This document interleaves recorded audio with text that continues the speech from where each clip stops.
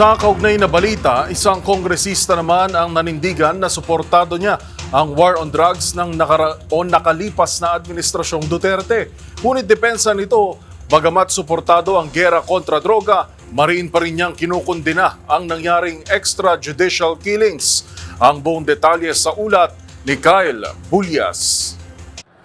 Nanindigan si Surigao del Norte 2nd District Representative at House Quad Committee Chairperson Robert Ace Barbers na suportado niya ang war on drugs ng nakaraang administrasyon. Sa programang 2x2, sinabi ni Barbers na pinapalakpakan niya hanggang ngayon ang resulta ng kampanya tulad na lamang ng pagpapakulong sa mga drug lord at paglansag sa mga shabu laboratory. Pero nilinaw ni Barbers na kahit anya suportado niya ang giyera kontra droga, mariin pa rin niyang kinukundina ang nangyaring extrajudicial killings. Hindi ako pumalakpak sa kill them eh. Ang pinalakpakan ko yung apprehension, yung accomplishment ng PIDEA at ng ating PIDEG nung time na yon. Yung AIDG pa nag-umpisa hanggang sa naging PIDEG.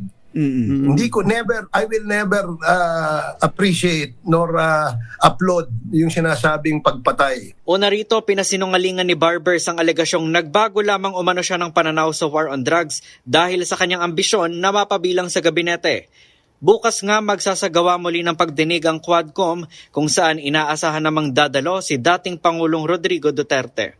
Para sa MBC TV Network News, ito si Kyle Bulyas, una sa Pilipinas, una sa Pilipino.